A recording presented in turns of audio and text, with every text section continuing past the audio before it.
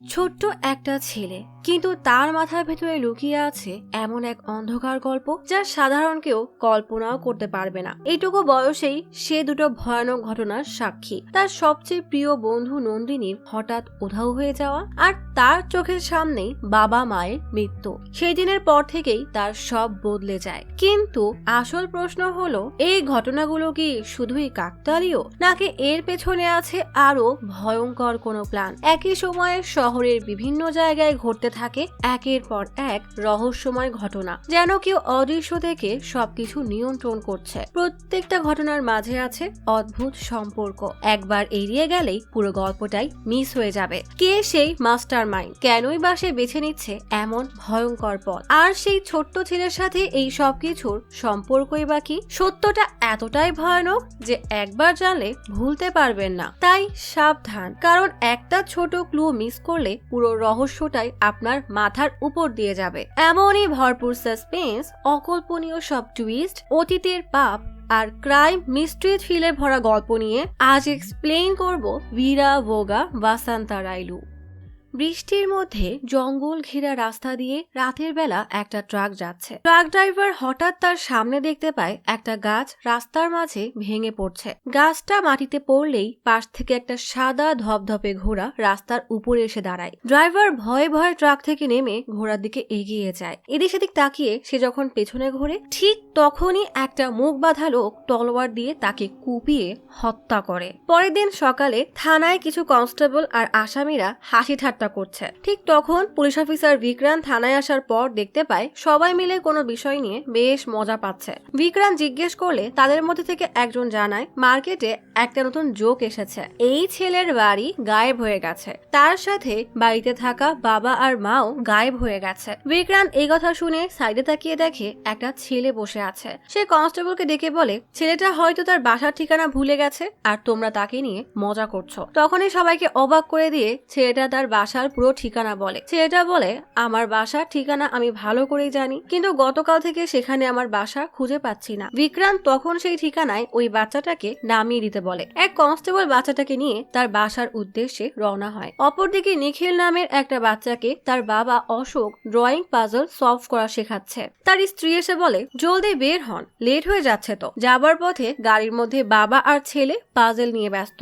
অন্য মানুষ থাকায় হঠাৎ অশোক তার গাড়ির কন্ট্রোল হারালেই সামনে থেকে আসা গাড়ির সাথে ধাক্কা লাগতে লাগতে কোন রকমে বেঁচে যায়। কিছু দূর গিয়েই সামনে আরো একটা গাড়ি দেখে অশোক জোরে ব্রেক করে। আর ঠিক তখন যে কনস্টেবল ওই হারিয়ে যাওয়া বাচ্চাকে নিয়ে তার বাসায় যাচ্ছিল, সেই জিপের সামনে কেউ আসতেই কনস্টেবল কোনো মতে ব্রেক করে। নিখিল নামের একজন একটা দাবা কম্পিটিশনে পার্টিসিপেট করতে আসে। তার বুদ্ধি এতটাই তুখর যে একাই 5টা বাচ্চাকে হারিয়ে দেয়। তার এমন বুদ্ধিমত্তা দেখে সেখানে উপস্থিত সকলেই আশ্চর্য হয়ে যায়। নিখিলের এমন চ্যাম্পিয়ন হওয়ায় অনাথ আশ্রমের বাচ্চাদেরকে নিয়ে একটা অনুষ্ঠান করা হয়। অনুষ্ঠান শেষে নিখিল আশ্রমের একটা বাচ্চা মেয়ের সাথে গল্প করছে। একটা ছেলে এসে নিখিলকে বলে, তোমার বাবা তোমাকে ডাকছে। নিখিল যাওয়ার সময় মেয়েটার গালে একটা চুমু দিয়ে যায়। অপরদিকে কনস্টেবল থানায় ফিরে আসে। ছেলেটাকে কনস্টেবলের সাথে দেখে বিক্রান্ত জিজ্ঞেস করে, কি ব্যাপার, ঠিকানা ভুল নাকি? কনস্টেবল জানায়, ছেলেটা যে ঠিকানা বলছে সেটা ঠিক আছে, কিন্তু ঠিকানায় গিয়ে দেখি ছেলেটার বাসা সেখানে নেই। বিক্রান্ত বলে, ঠিকানা ঠিক থাকলে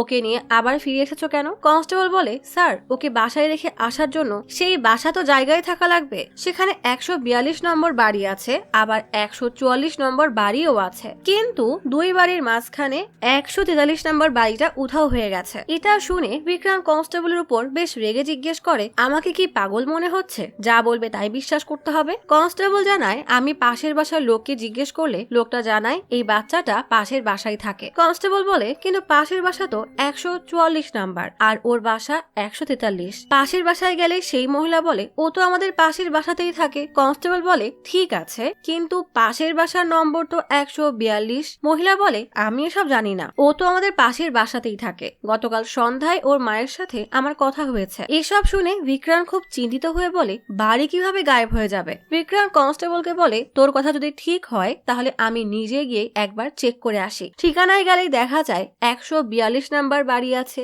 144ও আছে, কিন্তু মাঝখানে 143 নম্বর বাড়িটা গায়েব। বিক্রান্ত বলে, তোর কথা তো ঠিকই আছে, বাড়ি না হয় গায়েব হলো, কিন্তু তার সাথে থাকা জায়গাটা কোথায় গেল? নিখিলের বাবা ডক্টর অশোক ডিউটিতে থাকা অবস্থায় একটা কল আসে। কথা বলার পর সে জানতে পারে তার অনাথ আশ্রম থেকে একটা বাচ্চাকে খুঁজে পাওয়া যাচ্ছে না। অশোক অনাথ আশ্রমের ম্যানেজারকে জিজ্ঞেস করলে সে বলে কাজের লোকের সাথে একটা বাচ্চা বাজারে গিয়েছিল, কিন্তু বাজারে যাওয়ার পর সেই বাচ্চাকে আর পাওয়া যাচ্ছে না। অশোক জিজ্ঞেস করলে জানতে পারে রিয়া নামের ছোট মেয়েটিকে পাওয়া যাচ্ছে না। অশোক রেগে বলে, প্রতিবার তো বড় বাচ্চাদেরকে পাঠানো হয়, এবার এত ছোট বাচ্চাকে কেন পাঠালেন? ম্যানেজার জানায় রিয়া কারোর জন্য গিফট কিনবে বলে জেদ করছিল। অশোক ম্যানেজারকে বলে এখনই আমাদেরকে থানায় গিয়ে কমপ্লেন করতে হবে। অপরদিকে মিনিস্টারি অফিস থেকে প্রেস ব্রিফিং করে মিনিস্টার জানায় কলম্বো থেকে দিল্লিতে আসা একটা বিমান ফ্লাইট এয়ারপোর্টের কানেকশন থেকে বিচ্ছিন্ন হয়ে গেছে। বিমানটা কোথায় আছে, কোথায় ল্যান্ড করেছে সে ব্যাপারে কোনো তথ্য এখনো পাওয়া যায়নি। মিনিস্টার আরো জানায় এই ঘটনা তদন্তের জন্য দুইটা বিশেষ টিম গঠন করা হয়েছে, যার একটা দায়িত্ব দেওয়া হয়েছে চিফ ইনভেস্টিগেটর দীপক রেড্ডিকে। থানায় ছেলেটাকে বিক্রান্ত জিজ্ঞেস করে, তোর জীবনের সব ঘটনা আমাকে খুলে বল। সকালবেলা ঘুম থেকে উঠলে মা তাকে স্কুলের জন্য রেডি করে, প্রতিদিন বাবাই তাকে স্কুলে দিয়ে আসে। স্কুল শেষে প্রতিদিন নিজে নিজে সে বাসায় ফিরে আসে, এরপর বাইরে সন্ধ্যায় বন্ধুদের সাথে খেলতে যায়, কিন্তু সেদিন ফিরে এসে দেখে সেখানে তাদের বাড়ি নেই। ছেলেটা বলে রাতে যখন ফিরে আসি তখন দেখি বাড়ি গায়েব হয়ে গেছে, সেই জন্য আমি থানায় এসেছিলাম। বিক্রান্ত তার কথা শুনে অবাক হয়ে বলে, আমি এর আগে টাকা হারিয়ে গিয়েছে, মানুষ হারিয়ে গেছে এমন শুনেছি, কিন্তু প্রথম শুনলাম একটা বাড়ি কোথাও উধাও হয়ে গেছে।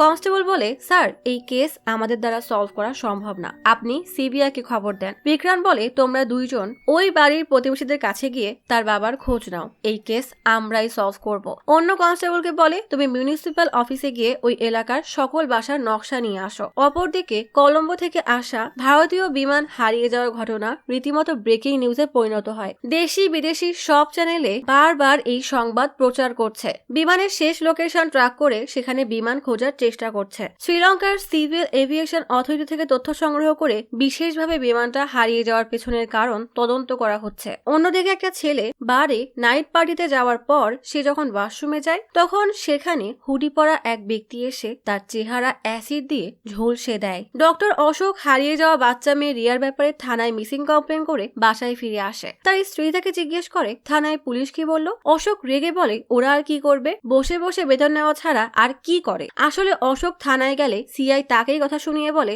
আপনি কোনো ভিআইপি নাকি, আমাদের কাছে হাজারো কেস আছে, যখন সময় হবে খুঁজে দেখব, এখন যান। থানা থেকে বের হলে এক কনস্টেবল তাকে জানায় এই ব্যাপারে থানার পুলিশের সাহায্য পেতে পেতে বছর কেটে যাবে, আপনি একটা প্রাইভেট ডিটেকটিভ হায়ার করেন। অশোক বলে, আপনি তাহলে সেই প্রাইভেট ডিটেকটিভকে আমার অনাথ আশ্রমে আসতে বলেন। এদিকে হারিয়ে যাওয়া বিমানের প্যাসেঞ্জারদের জন্য সারা দেশের সাধারণ মানুষ দেশের বিভিন্ন স্থানে প্রার্থনা করতে থাকে। দেশে নেমে আসে শোকের ছায়া। সবার প্রার্থনা করার একটাই উদ্দেশ্য, বিমান যেন প্যাসেঞ্জার নিয়ে সুস্থভাবে ফিরে আসে। তিনজন কনস্টেবল ফিরে আসলে বিক্রান্ত বলে, কে কি খবর আনলে। কনস্টেবলের মধ্যে থেকে এক এক করে তিনজন বলে, বাড়ির ব্যাপারে কাউকে জিজ্ঞেস করলে তারা ভাবছে আমরা মজা করছি। আরেকজন জানায় সেদিন মন্দিরে পূজা ছিল, এলাকার সবাই সেখানে গিয়েছিল, তাই কেউ বলতে পারবে না কিভাবে কি হয়েছে। অপর কনস্টেবল জানায় সে কলোনি থেকে জানতে পেরেছে সেখানে সব বাড়ি থাকলেও শুধুমাত্র 143 নম্বর বাড়িটা নেই। এসব শুনে বিক্রান্ত বেশ চিন্তায় পড়ে যায়। অশোকের অনাথ আশ্রমে আসলে ম্যানেজার বলে, প্রাইভেট ডিটেকটিভ আপনার জন্য অপেক্ষা করছে। অশোক ভিতরে এসে থানার সেই কনস্টেবলকে দেখে জিজ্ঞেস করে সে এখানে কেন। কনস্টেবল জানায়, আমি রাকেশ, আমি নিজেই প্রাইভেট ডিটেকটিভ হিসাবে পার্ট টাইম কাজ করি। অশোক তাকে জিজ্ঞেস করে, আপনার কতগুলো কেসে কাজ করার অভিজ্ঞতা আছে। রাকেশ জানায় এটাই তার প্রথম কাজ। এই কথা শুনে অশোক তাকে দিয়ে কাজটা করাতে রাজি না হলে রাকেশ বলে, আমার কাছে এই কেসের ব্যাপারে অনেক ইনফরমেশন আছে। বাচ্চাদের এমন মিসিং হওয়ার ঘটনা এই শহরে এটাই প্রথম না, গত কয়েক মাসে আশেপাশের সব থানায় অনেক কমপ্লেইন হয়েছে। অবাক করা বিষয় হচ্ছে এইসব কেসের ভিকটিম সবগুলোই মেয়ে বাচ্চা, আর সবগুলো বাচ্চাই হয়তো অনাথ নয়তো খুবই গরিব। অশোক বুঝতে পারে রাকেশই রিয়াকে খুঁজে বের করতে পারবে, তাই সে রাকেশকে কাজটা দেয়। অপরদিকে কনস্টেবল দুজন যখন ওই বাড়ির আশেপাশে ইনভেস্টিগেশন করছিল ঠিক তখন তাদের কাছে একজন পিয়ন এসে 143 নম্বর বাসার ব্যাপারে জিজ্ঞেস করে। লোকটা জানায় সে একটা চিঠি দিতে এসেছে, কিন্তু 143 নম্বর বাসা খুঁজে পাচ্ছে না। পিয়নের কাছ থেকে চিঠিটা নিয়ে দুজন থানায় এসে বিক্রান্তকে চিঠি দিয়ে বলে যে পাঠিয়েছে তার কোনো নাম ঠিকানা নেই। বিক্রান্ত চিঠি খুলে আরো অবাক হয়ে যায়, কারণ খামের ভিতরে কোনো চিঠিই নেই, অর্থাৎ নাম ঠিকানা বিহীন একটা ব্ল্যাঙ্ক চিঠি উধাও হয়ে যাওয়া বাড়ির ঠিকানায় পাঠানো হয়েছে। বিক্রান্ত কনস্টেবলদেরকে বলে পোস্ট অফিসে গিয়ে জিজ্ঞেস করো চিঠি কোথা থেকে এসেছে। ডিটেকটিভ রাকেশ সেই বাজারে যায় যেখান থেকে রিয়া হারিয়ে গেছে। সেদিন রিয়ার সাথে থাকা ছেলেটা বলে, আমরা প্রথমে সবজির দোকানে গিয়েছিলাম, তারপর মুদির দোকানে চাল ডাল কিনে গিফট শপে গেলেই রিয়া একটা গিফট কেনে। গিফট কেনার শেষে রিয়া আইসক্রিম খেতে চাইলে আমরা আইসক্রিম খাই। তারপরে পাশে দেখি রিয়া নেই। আমি ওকে অনেক খুঁজেছি কিন্তু পাইনি। রাকেশ রিয়ার ছবি দেখিয়ে বাজারের সব দোকানে জিজ্ঞেস করে, কিন্তু কোনো তথ্য না পেয়ে সেখান থেকে চলে আসে। মিনিস্টার দীপকের সাথে ভিডিও কনফারেন্স করে জানায় বিমান উধাও হওয়ার অনেকদিন হয়ে গেছে। সবাই জানে বিমান খুঁজে পাওয়া যাচ্ছে না, কিন্তু বিমানে থাকা যাত্রীদের ব্যাপারে আমরা আগে কিছু বলিনি, কারণ পাবলিক তখন রেগে ছিল। এখন অনেকদিন পার হয়ে গেছে, পাবলিক অনেকটা শান্ত। বিষয়টা এখন জানানোর সময় হয়েছে। মাঝরাতে একটা প্রেস ব্রিফিং করে সত্যটা সবাইকে জানিয়ে দাও যে ফ্লাইটের কোনো খোঁজ আমাদের কাছে নেই। আমরা এটাও জানি না প্যাসেঞ্জাররা আদেও বেঁচে আছে কিনা। মাঝরাতে অশোকের ফোনে একটা কল আসে। অপর প্রান্ত থেকে একজন বলে, তোকে বারণ করেছিলাম বাচ্চা তদন্ত করিস না, তুই এখন ডিটেকটিভ দিয়ে কাজ করাচ্ছিস, আমার পেছনে তদন্ত করাচ্ছিস। তুই ওই বাচ্চার কথা ভুলে যা। তুই একজন ডক্টর, তাই না? তুই নিজের কথা আর তোর পরিবারের কথা ভাব। তোর পরিবারের সবাই এখনো ঠিক আছে, তাই না? কথা শেষ হতেই অশোকের স্ত্রী এসে তাকে জিজ্ঞেস করে, এত রাতে কে কল করেছে? অশোক জানায় তাকে হাসপাতাল থেকে ইমার্জেন্সি কল দিয়েছে। স্ত্রী চলে গেলেই অশোক ফোনে কথা বলতে গেলেই লোকটা কল কেটে দেয়। মাঝরাতে প্রেস কনফারেন্সে দীপক কিছু বলতে গেলেই তার জুনিয়র এসে কিছু একটা বললে দীপক কনফারেন্স রুম থেকে বেরিয়ে আসে। দীপককে একজন অপরিচিত কল করেছে। সে দীপককে বলে, ফ্লাইট মিস হয়নি, আমি বিমান হাইজ্যাক করেছি। দীপক তার কথা বিশ্বাস না করলে লোকটা তার মোবাইল চেক করতে বলে। লোকটা তার মোবাইলে বিমানে থাকা যাত্রীদের ভিডিও ফুটেজ দেখতে পায়। হাইজ্যাকার জিজ্ঞেস করে, এতটুকু প্রমাণে হবে? দীপক তার জুনিয়রকে বলে, ফুটেজটা সত্যি ওই বিমানের কিনা চেক করো। হাইজ্যাকার বলে, ফুটেজ পরীক্ষা করতে গেলে তোমার অনেক সময় অপচয় হবে। দীপক বলে, তুমি আসলে কি চাচ্ছ? হাইজ্যাকার বলে, এসব পরেও জানতে পারবে। ইন্সপেক্টর নীলিমাকে ডাকো, আমি তার সাথেই কথা বলবো। ইন্সপেক্টর নীলিমাকে ডেকে দীপক জিজ্ঞেস করে, এই হাইজ্যাকার কে? তুমি কি কিছু জানো? নীলিমা বলে, হাইজ্যাকার ব্যাপারে জানলে সে তো এতক্ষণে জেলে থাকতো। দীপক জিজ্ঞেস করে, যদি তুমি তাকে নাই চেনো তাহলে সে কেন তোমার সাথে কথা বলতে চাচ্ছে? নীলিমা বলে, হয়তো আমার নাম কোনো নিউজে দেখেছে, এখন সে আমার সাথে কি বলতে চায় সেটা আমি কিভাবে জানবো? নীলিমা জিজ্ঞেস করে, তার ব্যাপারে কি বলা হয়েছে? তখন দীপক জানায় ও নিজের নাম বলেছে বীরা ভোগা ভাসান্তা রাইলু। নামটা শুনে নীলিমা চমকে ওঠে। দীপক জিজ্ঞেস করে, নামটা শুনে চমকে গেলে কেন? তুমি এর ব্যাপারে কি জানো? গল্প চলে আসে কয়েক বছর আগে। নীলিমা যে থানায় কর্মরত ছিল সেখানে একের পর এক খুন হতে থাকে। প্রত্যেকের লাশের উপরে একটা বোর্ডে খুন হওয়া লোকদের নাম এবং তাদের করা ক্রাইমের ব্যাপারে বিস্তারিত লিখে খুনি লাশের উপর রেখে দিত। এভাবে সেখানে একের পর এক খুন হতে হতে থানা নোটিশ বোর্ডে আর জায়গাই থাকে না। ডিজিপি নীলিমাকে 10 দিনের সময় দিয়ে বলে, এর মধ্যেই খুনিকে জীবিত কিংবা মৃত যে কোনো ভাবে হোক গ্রেফতার করো। ডিজিপি চলে গেলে নীলিমা বেশ চিন্তায় পড়ে যায়। তখন তার মোবাইলে একটা কল আসে। কল রিসিভ করে পরিচয় জিজ্ঞেস করতেই অপর পাশ থেকে বলে, এই মুহূর্তে আমি তোমার চিন্তার কারণ। নীলিমা কথা বলতে বলতে নম্বরটা ট্র্যাক করার চেষ্টা করে। লোকটা নীলিমাকে জিজ্ঞেস করে, বলতো আমি আসলে কি করি? নীলিমা বলে, তুই সিরিয়াল কিলিং করছিস। লোকটা জিজ্ঞেস করে, যাদেরকে আমি মারছি তাদের পরিচয় কি? নীলিমা বলে, ওরা সবাই ক্রিমিনাল। লোকটা বলে, তাহলে সমস্যা কোথায়? আমি তো ভালো কাজ করছি, তাও আবার কোনো বেতন ছাড়া, কিন্তু তাকে ধরার চেষ্টা করা হচ্ছে কেন? নীলিমা বলে, কারণ তুই একটা ক্রিমিনাল। লোকটা বলে, যদি কেউ নিজের লাভের কারণে মারে তাহলে সে ক্রিমিনাল, আর কেউ যদি মানুষের উপকারের জন্য মারে তাহলে সে হলো দেবদূত। নীলিমা বলে, তা তোর এই দেবদূতের নাম কি? লোকটা জানায় বীরা। বীরা জানায়, যতদিন পর্যন্ত এই পৃথিবীর সুন্দর পরিবেশ ফিরে না আসবে ততদিন পর্যন্ত সে থামবে না। এরপর কল কেটে দিলে সেখানের বিদ্যুৎ চলে যায়। নীলিমা বলে, নম্বরটা ট্রেস করেছো? আইটি এক্সপার্ট বলে, কলার চাইনিজ স্যাটেলাইট ব্যবহার করে কল দিয়েছে, তাই লোকটার নম্বর ট্রেস করা যায়নি। কিছুক্ষণ পর নীলিমা আবার বীরাকে কল দেয়। নীলিমা জিজ্ঞেস করে, সে একা এভাবে 100, 200 কিংবা 1000 ক্রিমিনালকে খুন করতে পারবে, কিন্তু এই দেশে লাখো লাখো ক্রিমিনাল আছে, তাদের সবাইকে সে একা কিভাবে খুন করবে? নীলিমার এমন প্রশ্নে বীরা কিছু না বলেই কল কেটে দেয়। গল্প চলে আসে বর্তমানে। নীলিমা দীপককে জানায়, আমি এখন বুঝতে পারছি বীরা এসব কেন করছে। দীপক বলে, বীরা যে নম্বর দিয়ে কল দিয়েছিল সেটা পার্সোনাল নাকি প্রাইভেট নাম্বার? নীলিমা পূর্বে সেই নম্বরে কল দিলে কল রিসিভ করে বীরা কথা বলে, যা দেখে নীলিমা আর দীপক দুজনেই অবাক হয়ে যায়, কারণ এমন ক্রিমিনাল কখনো পার্সোনাল নাম্বার ব্যবহার করে কথা বলে না। নীলিমা বলে, আমি ভেবেছিলাম তুই সেদিনই সব ছেড়ে দিয়েছিলি। বীরা জানায়, আমি তো আপনার কথা মতোই কাজ করছি। আপনিই বলেছিলেন একা কিভাবে দেশের সব ক্রিমিনালকে মারবো, তাই প্ল্যান করে 300 জন সেলিব্রিটি যাত্রী সহ বিমান হাইজ্যাক করেছি। বীরা বলে, দেশে অন্যায় বেড়ে গেছে, তাই আমি 300 জন টপ ক্রিমিনালদের লিস্ট তৈরি করেছি।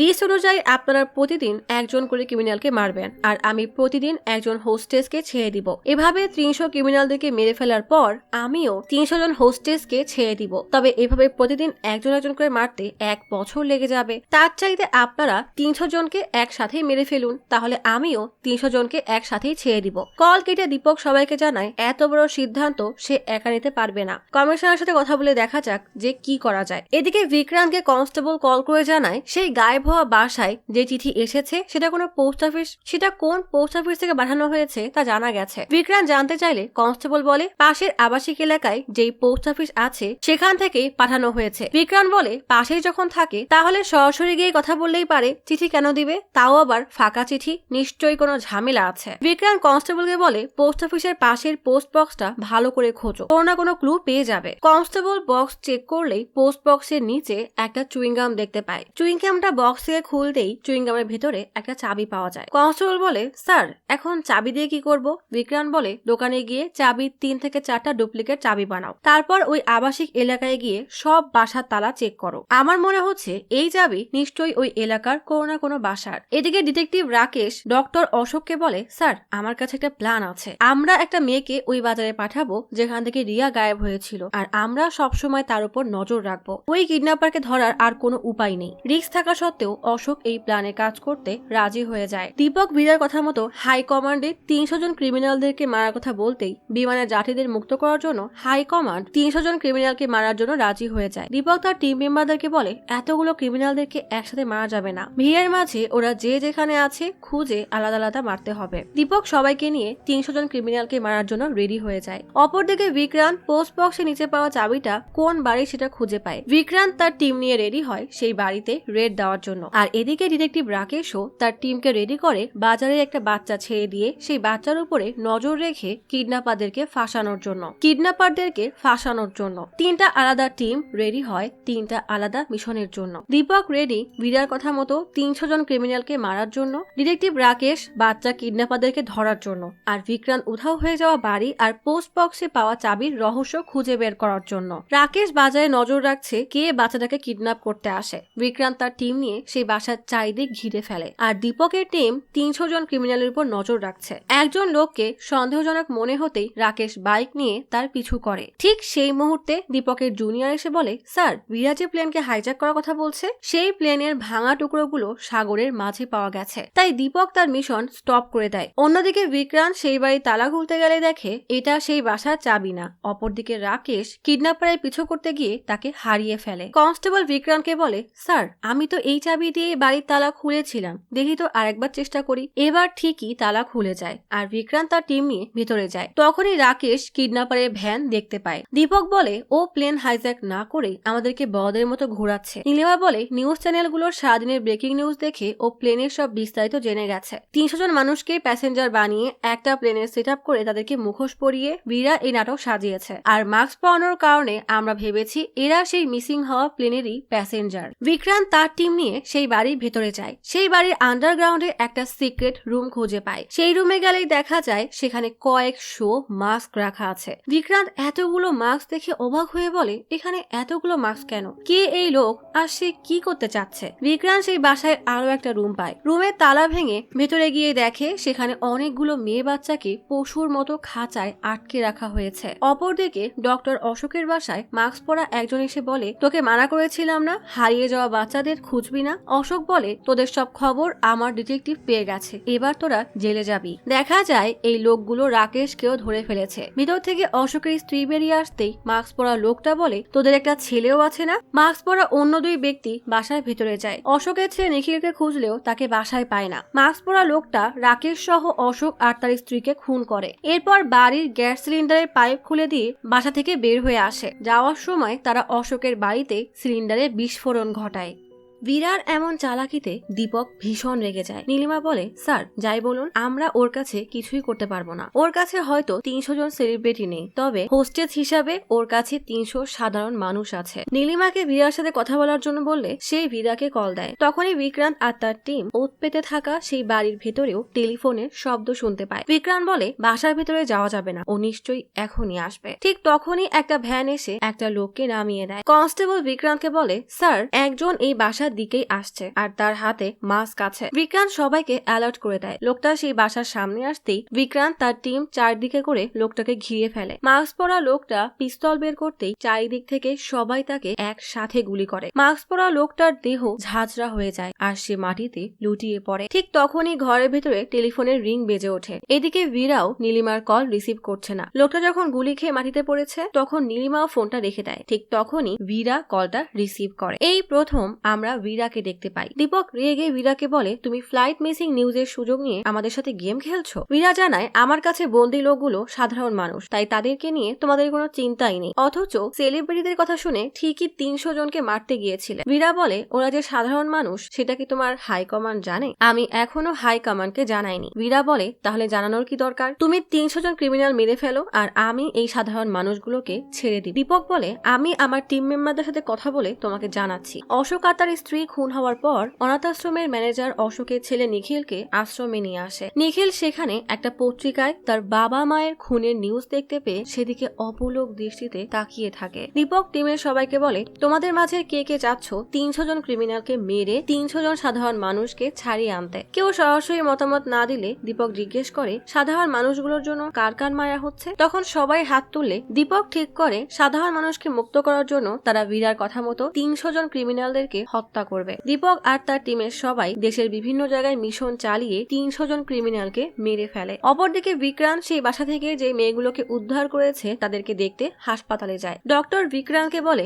মেয়েগুলোকে বেঁধে রেখে খুব বাজে ভাবে টর্চার করা হতো। ঠিক তখনই একটা নার্স ভিতর থেকে ছুটে আসলে বিক্রান্ত তাড়াতাড়ি রুমে গিয়ে দেখে সবগুলো মেয়ের মাথায় গুলি করে হত্যা করা হয়েছে। এমন বিভৎস দৃশ্য দেখে বিক্রান্ত স্তব্ধ হয়ে সেখানেই বসে পড়ে। বিক্রান্ত রাগে বাইরে এসে ডিউটিতে থাকা কনস্টেবলদেরকে মেরে জিজ্ঞেস করে, তোমরা কি ডিউটি না করে ঘুমাচ্ছিলে? কেউ এসে এতগুলো মেয়েকে মেরে গেল আর তোরা টেরও পেলি না? তারা জানায়, আমরা তো 1 মিনিটের জন্য ঘুমাইনি। বিক্রান্ত হাসপাতালের ফুটেজ চেক করে দেখে বাচ্চাদের রুমে কেউ ঢোকেনি। বিক্রান্ত রুমে গিয়ে পুরো রুমটা চেক করলে বুলেটের একটা খোসা উপর থেকে পড়তে দেখে। বিক্রান্ত বুঝতে পারে এসির টানেল থেকে এসে খুনি মেয়েগুলোকে মেরে পালিয়ে গেছে। বিক্রান্ত এসির টানেল দিয়ে ঢুকে দেখে সেটা ছেলেদের ওয়াশরুমে গিয়ে শেষ হয়েছে। বিক্রান্ত ওয়াশরুমের সামনের ফুটেজ চেক করলে দেখতে পায় একটা লোক সান্টা ক্লজের ড্রেস পরে ওয়াশরুমে গিয়েছিল, কিন্তু সে মাত্র 5 মিনিট সময় ভেতরে ছিল। বিক্রান্ত লোকটার ওয়াশরুমে যাওয়া আর বের হওয়ার মধ্যে সময় চেক করে দেখে 5 মিনিট 31 সেকেন্ড সে ওয়াশরুমে ছিল। সান্টা ক্লজের ড্রেস পরা লোকটি ওয়াশরুমের টানেল দিয়ে সেই মেয়েগুলোর রুমের সিলিং এর কাছে যায়। তারপর একে একে সবাইকে মেরে আবারও ওয়াশরুমের পথ দিয়ে বেরিয়ে যায়। হাসপাতালের সামনের ফুটেজ চেক করে দেখে সে একটা অটোতে করে এসেছিল। বিক্রান্ত বলে, যত তাড়াতাড়ি সম্ভব এই অটোর ডিটেলস বের করো। বিক্রান্ত থানায় বসে টেলিফোনের কারোর সাথে কথা বলছিল। ঠিক তখনই কিশোর এসে বিক্রান্তের ফোন দিয়ে বলে, স্যার আপনার ফোনে কেউ মেসেজ করেছে। বিক্রান্ত দেখে তার বাবা মেসেজ করেছে, যেখানে লেখা, আমাকে মাফ করে দাও। বিক্রান্ত তার বাবার এমন মেসেজ দেখে অবাক হয়ে যায়। সে বাবাকে কল দিলেও বাবা কল রিসিভ করে না। বিক্রান্ত দ্রুত গাড়ি বের করে তার বাড়িতে যায়। সেখানে গিয়ে দেখতে পায় তার বাবা নিজেকে শেষ করে দিয়েছে, কিন্তু সে কিছুই বুঝতে পারে না যে হঠাৎ তার বাবা নিজেকে কেন শেষ করলো। দীপক তার অফিসে এসে দেখতে পায় সেখানে সবাই চুপচাপ বসে আছে, কেউ কোনো কথা বলছে না দেখে দীপক নীলিমার কাছে জানতে চায় কি হয়েছে। নীলিমা জানায়, ক্রিমিনালদের মারার পর আমি বীরাকে কল করেছিলাম, কিন্তু সে বলেছে আরো 300 জনকে মারলে তবেই সে হোস্টেসদেরকে ছাড়বে। নীলিমা বলে, যে 300 জনকে মেরেছি হাই কমান্ডের কাছে তার জবাবদিহি এখনো বাকি, হয়তো আমাদের সবাইকে সাসপেন্ড করা হবে। আর তুমি বলছো আরো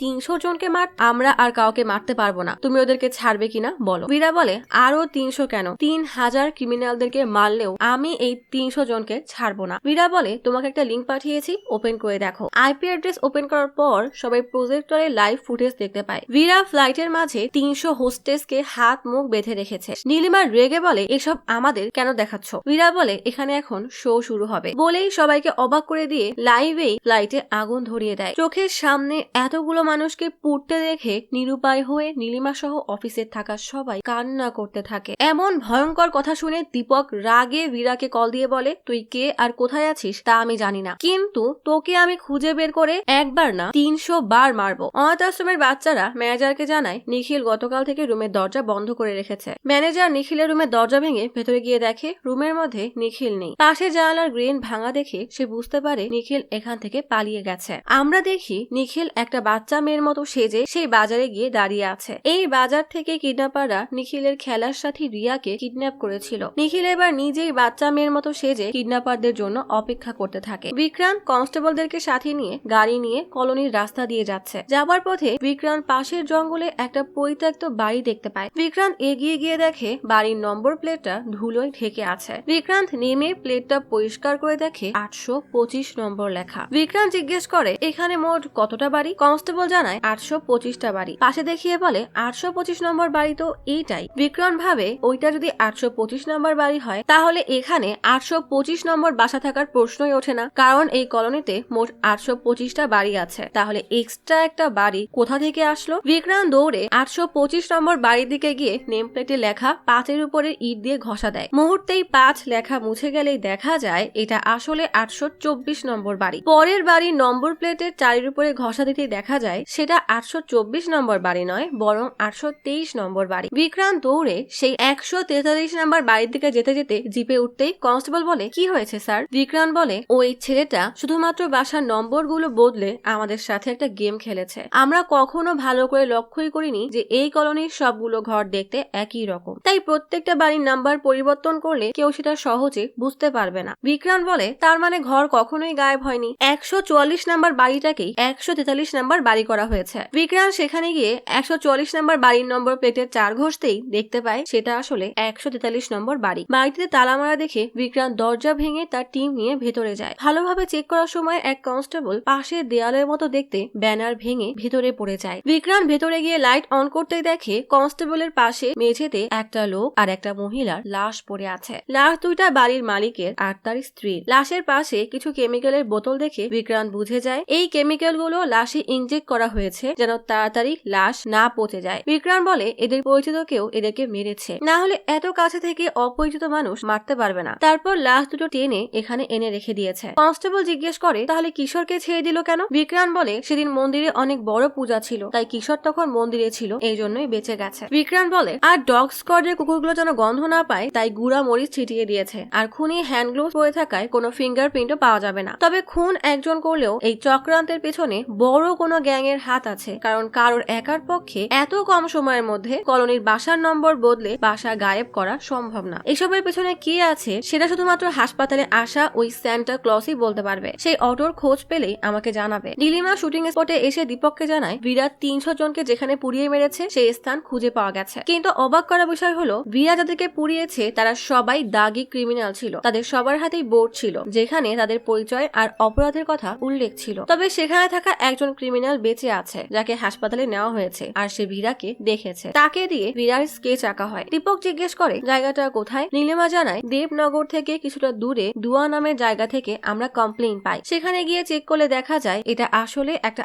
আন্ডারগ্রাউন্ড সেটআপ, কোনো ফ্লাইট না। বাজারে মেয়ে সেজে অপেক্ষা করতে থাকা নিখিলকে কেউ একজন এসে ঘাড়ে ইনজেকশন পুশ করে দেয়। নিখিল বেহুশ হলে তাকে সেখান থেকে নিয়ে যাওয়া হয়। এদিকে থানায় বিক্রান্তকে বেশ চিন্তায় দেখা যায়। কনস্টেবল এসে তাকে একটা চিঠি দিলেই বিক্রান্ত খুলে দেখে এটাও সেই আগের মতোই চিঠি, এখানেও কিছুই লেখা নেই। তখনই তার এক ইন্সপেক্টর বন্ধু আসে যে বিক্রান্তের বাবার নিজেকে শেষ করার কেসে তদন্ত করছে। বিক্রান্ত জিজ্ঞেস করে সন্দেহজনক কিছু পেয়েছিস? ইন্সপেক্টর জানায় তুই আমাকে সব বললেও এটা বলিসনি। তোর বাবার মৃত্যুর কিছুক্ষণ আগে তুই তোর বাবাকে একটা SMS পাঠিয়েছিলি। এটা শুনে বিক্রান্ত অবাক হয়ে যায়, কারণ সে তার বাবাকে কোনো ভিডিও পাঠায়নি আর তার মোবাইলে কোনো ভিডিও নেই। ইন্সপেক্টর জানায় হয়তো বিক্রান্তের অজান্তেই কেউ তার নম্বর থেকে SMS পাঠিয়েছে, আর এই SMS এর কারণেই হয়তো বিক্রান্তের বাবা নিজেকে শেষ করে দিয়েছে। SMS এর রহস্য জানা না গেলে বাবার মৃত্যুর রহস্য জানা যাবে না। এক কনস্টেবল এসে জানায় ফরেন্সিক টিম কল দিয়ে জানিয়েছে 143 নম্বর বাসা থেকে তারা গুরুত্বপূর্ণ কিছু প্রমাণ পেয়েছে। বিক্রান্ত বলে তুমি তাড়াতাড়ি ফরেন্সিক টিমের কাছে গিয়ে খোঁজ নাও তারা কি প্রমাণ পেয়েছে, আর আমার বাবার ফোন ট্র্যাক করো। আমাদের জানতে হবে এই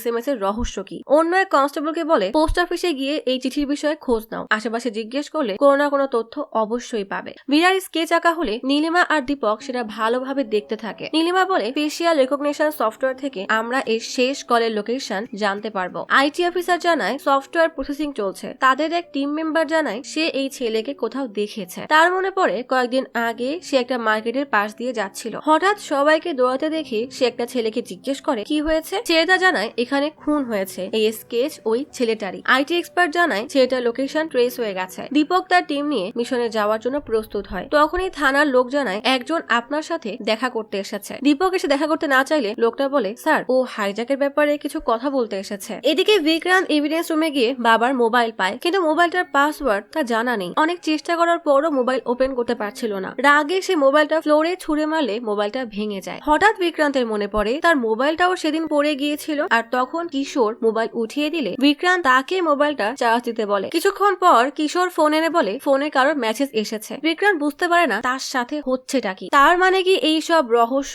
আর 143 নাম্বার বাড়িতে দুইজনকে খুন করার পেছনে কিশোরের হাত আছে। এদিকে নিখিলের জ্ঞান ফিরে নিখিল দেখে চারপাশটা ভীষণ অন্ধকার। নিখিল সেই রুম থেকে বের হয়ে ফিসফিস করে রিয়ার নাম ধরে ডাকে। হঠাৎ সে একটা জায়গায় এসে ভীষণ ভয় পেয়ে যায়। জায়গাটাতে অনেকগুলো মাস্ক রাখা। নিখিল নিজেকে শান্ত করে আশেপাশের রুমগুলোর সামনে গিয়ে রিয়ার নাম ধরে ডাকতে থাকে। হঠাৎ সে একটা রুমের দরজা ধাক্কা দিতেই দরজাটা খুলে যায়। ভেতরে গিয়ে প্রথমে অন্ধকারে কিছু দেখতেই পায় না, কিন্তু রুম থেকে বের হওয়ার সময় হঠাৎ বজ্রপাত হলেই নিখিল পেছনে তাকিয়ে দেখে রিয়া বস্তাবন্দি অবস্থায় পড়ে আছে। নিখিল তার কাছে যেতে গেলেই ঠিক তখনই দরজায় শব্দ হয়। নিখিল দৌড়ে তার বিছানায় গিয়ে শুয়ে থাকার অভিনয় করে। একটা লোক নিখিলের কাছে আসে। মেয়েদের মতো সেজে থাকার কারণে নিখিলের কাছে আসার চেষ্টা করতে গেলেই নিখিল তাকে জোরে লাথি দিয়ে সেখান থেকে বের হয়ে পালানোর চেষ্টা করে। একদিকে নিখিল পালাচ্ছে, তাকে কিডন্যাপাররা ধাওয়া করছে। অন্যদিকে দীপক তার টিম নিয়ে বীরাকে ধাওয়া করছে, আর অপরদিকে বিজয় তার টিম নিয়ে কিশোরকে ধাওয়া করছে। এই সময় ফ্ল্যাশব্যাকে দেখানো হয় বিক্রান্ত যখন এভিডেন্স রুমে ছিল তখন কনস্টেবল কল দিয়ে জানায় এই সবকিছু কিশোরের কাজ। বিক্রান্ত অবাক হয়ে জানতে চায় কিশোর তার বাবা মাকে কেন খুন করবে। কনস্টেবল জানায় তারা কিশোরের আসল বাবা মা না, তারা কিশোরকে অনাথ আশ্রম থেকে দত্তক নিয়েছিল। অনাথ আশ্রমের লোকজন জিজ্ঞেস করে আপনার একেই কেন পছন্দ হলো। লোকটা জানায় কেন যেন মনে হচ্ছে এর সাথে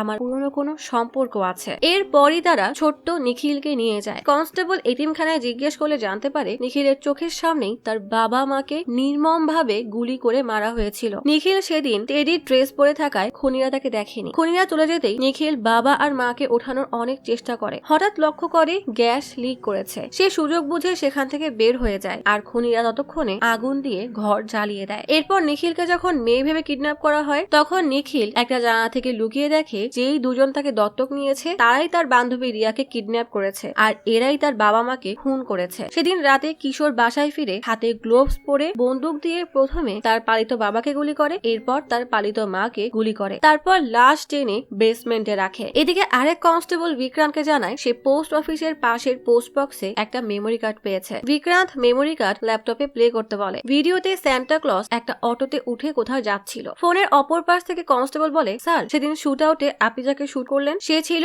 এই কিডন্যাপিং গ্যাং এর তৃতীয় সদস্য। সেই তিনজনের সাথে আরো একজন সদস্য ছিল, সে এই গ্রুপের লিডার, কিন্তু তার নাম আর পরিচয় এখনো জানা যায়নি। এই কিডন্যাপিং গ্যাং এর চারজনই নিখিলের বাবা মায়ের খুনি। বিক্রান্ত তখন ভিডিওতে দেখে সান্টা ক্লজ অটো থেকে নেমে তার মাস্ক খুলছে। বিক্রান্ত বলে আমি জেনে গেছি সেই 4 নম্বর সদস্য। জানেন সে কে? সে আর কেউ নয় বরং এই শহরের ডিএসপি শ্রীনিবাস রাও, যে কয়েকদিন আগেই নিজেকে শেষ করে দিয়েছে, অর্থাৎ বিক্রান্তের বাবা। তার মানে সান্টা ক্লজ এর মাস্কের আড়ালে লুকিয়ে থাকা সেই মুখ। বাচ্চা মেয়েদের সাথে অন্যায় কাজের জন্য তাদের কিডন্যাপিং আর নিখিলের বাবা মায়ের খুন, এই সবকিছুর মাস্টার মাইন্ড হলো বিক্রান্তের বাবা। সেদিন কিশোর বিক্রান্তের ফোন থেকে তার বাবাকে সান্টা ক্লজ এর আসল চেহারার ভিডিও পাঠিয়েছিল, যেটা দেখে শ্রীনিবাস নিজেকে শেষ করে দেয়, কারণ সে ভেবেছিল বিক্রান্ত সব জেনে গেছে। আর দীপক এবং নীলিমাকে যে বিরাট তথ্য দিতে এসেছে সেই হলো বিক্রান্ত। বিক্রান্তকে দেখে মনে হচ্ছে তার অনেক বয়স হয়ে গেছে। নিশ্চয়ই আপনাদের কাছে এখন সব পেঁচানো মনে হচ্ছে। একটু সহজ করে দিই, আমরা এতক্ষণ যেই দুইটা বাচ্চা আর বীরার ঘটনা দেখছিলাম সেই বাচ্চা দুইটা আর বীরা এই তিনজন আসলে একজন মানুষ। নিখিল হলো বীরার শিশুকাল আর কিশোর হলো বীরার কৈশোর। এই গল্পে বীরার জীবনের 3টা সময়কে একই সাথে দেখানো হয়েছে। রিয়ার কিডন্যাপিং হয় বীরার ছোটবেলায়, আর বাসায় গায়েবের ঘটনা ঘটে বীরার কৈশোরে, আর দীপক যে কেসটা তদন্ত করছে সেটা হচ্ছে বর্তমানের। মুভির শুরু থেকেই 3টা টাইমলাইনকে একসাথে এমন ভাবে দেখানো হয়েছে যে মনে হচ্ছে সব বর্তমানে একসাথে হচ্ছে। দীপক বিক্রান্তকে বলে তারা তিনজন যে এক, অর্থাৎ বীরা, নিখিল এবং কিশোর যে এক, এটা আপনি আগে থেকেই জানতেন, তাহলে আমাদেরকে কেন বলেননি? বিক্রান্ত বলে কারণ নিখিল এতদিন যা করেছে সব ঠিক ছিল। দীপক জিজ্ঞেস করে তাহলে এখন কেন সব বলতে এসেছেন? বিক্রান্ত বলে বীরা এখন যেন কোনো ভুল না করে সেই জন্যই আপনাদেরকে বলতে এসেছি। লেটার বক্সে সেই উড়োচিঠি দেওয়া, পোস্ট বক্সের নিচে চুইংগামের সাথে চাবি লাগিয়ে পোস্ট বক্সের নিচে রাখা, সব ছিল কিশোর অর্থাৎ বীরার কাজ। ছোটবেলায় কিডন্যাপাররা তাড়া করায় নিখিল পরিত্যক্ত বিল্ডিং এর একটা রুমে এসে লুকায়। নিখিল যখন রুমে লুকিয়েছিল তখন বাইরে কিডন্যাপাররা তাকে খুঁজছিল। নিখিল বুদ্ধি করে তার মেয়ের শার্ট খুলে জামা একটা সানসেটের উপর লুকিয়ে রাখে। এভাবেই সে কিডন্যাপারদেরকে ধোকা দিয়ে সেখান থেকে বের হয়ে যায়। কয়েক বছর পর বিক্রান্ত তাড়া করলে কিশোর যখন এই রুমে লুকায় তখন তার মনে পড়ে সে মেয়ের সাজের জামা আর নকল চুল এই রুমে লুকিয়ে রেখেছিল। তাই সেই জামা নামিয়ে আবারও পরে মেয়ের সেজে সেখান থেকে পালিয়ে যায়। অন্ধকারাচ্ছন্ন ভবনের ভিতরে নিখিল প্রতিবারই বের হয়ে আসে নতুন এক রূপে। বর্তমানেও নিখিল দীপকের টিমের হাত থেকে বাঁচতে এই পরিত্যক্ত ভবনে আশ্রয় নিয়েছে। দীপক, নীলিমা এবং বিক্রান্ত সেই বিল্ডিং ঘিরে রাখে। মাইকিং করে দীপক বলে, শেষবার বলছি, যদি তুমি বেরিয়ে না আসো তাহলে আমরা ভেতরে যাব। নিখিলের কোনো সাড়া না পেয়ে তারা ভেতরে যায়। প্রত্যেকটা রুম ভালোভাবে খুঁজেও নিখিলকে কোথাও পাওয়া যায় না। শেষে সবাই সেই রুমটাতে প্রবেশ করে যেখানে নিখিল এতক্ষণ লুকিয়েছিল, কিন্তু সেখানেও নিখিলকে পাওয়া যায় না। তখনই বাইরে বৃষ্টির মধ্যে এক ধবধবে সাদা ঘোড়াকে আসতে দেখা যায়। সেই ঘোড়াতে করেই নিখিল বেরিয়ে যায়। নিশ্চয়ই ভাবছেন নিখিল বের হলো কোথা থেকে, আর এই ঘোড়াই বা কোথা থেকে আসলো। নিখিল প্রতিবার এই রুমে ঢুকে নতুন এক রূপ ধারণ করে বের হয়, আর এই রুম তার খুব ভালো করেই চেনা। অর্থাৎ নিশ্চয়ই সে এখান থেকে বের হওয়ার পথ করেই রেখেছিল, যেটা সে ছাড়া আর কেউ জানেই না। আর এই ঘোড়াটাও তার পোষা, যাকে সে আগে থেকেই ভবনের পেছনে দাঁড় করিয়ে রেখেছিল। নিখিল অপেক্ষায় ছিল কখন সবাই বিল্ডিং এ ঢুকবে আর সে তার গোপন সুড়ঙ্গ থেকে বের হয়ে যাবে। নিখিল আবারও নতুন এক পরিচয়ে অন্যায়ের বিরুদ্ধে প্রতিবাদ করতে তার ঘোড়া নিয়ে বৃষ্টির মধ্যে হাজির হয়েছে সেই ট্রাকের সামনে, যেটাকে আমরা গল্পের শুরুতে দেখেছিলাম। আসলে এই ট্রাকে করেই ছোট বাচ্চাদেরকে পাচার করা হচ্ছিল। নিখিল চুপি চুপি এসে সব কিডন্যাপারদেরকে মেরে বাচ্চাদেরকে উদ্ধার করে। সেদিন নিখিল বাড়ি গিয়ে সেই ছেলেকে অ্যাসিড দিয়ে মুখ ঝলসে দিয়েছিল, কারণ কয়েকদিন আগেই ছেলেটা একটা মেয়ের মুখে অ্যাসিড মেরেছিল। মনে আছে নীলিমা বলেছিল বীরা একের পর এক লোককে মেরেছে। নিখিল কাউকে মেরেছে ড্রাগসের জন্য, তো কাউকে অস্ত্র পাচারের জন্য। ছোটবেলায় হওয়া তার সাথে অন্যায়গুলোকে নিজের শক্তি বানিয়ে নিজেকে এত বছর যাবত শারীরিক, মানসিক আর প্রযুক্তিগতভাবে আপডেট করেছে, যেন সে প্রত্যেকটা অপরাধীদেরকে সাজা দিতে পারে। আর এই সমাজের অন্যায়ের কারণে আর কোনো নিখিলকে যেন বীরা হয়ে জন্ম নিতে না হয়। এটাই ছিল নিখিলের জীবনের একমাত্র উদ্দেশ্য।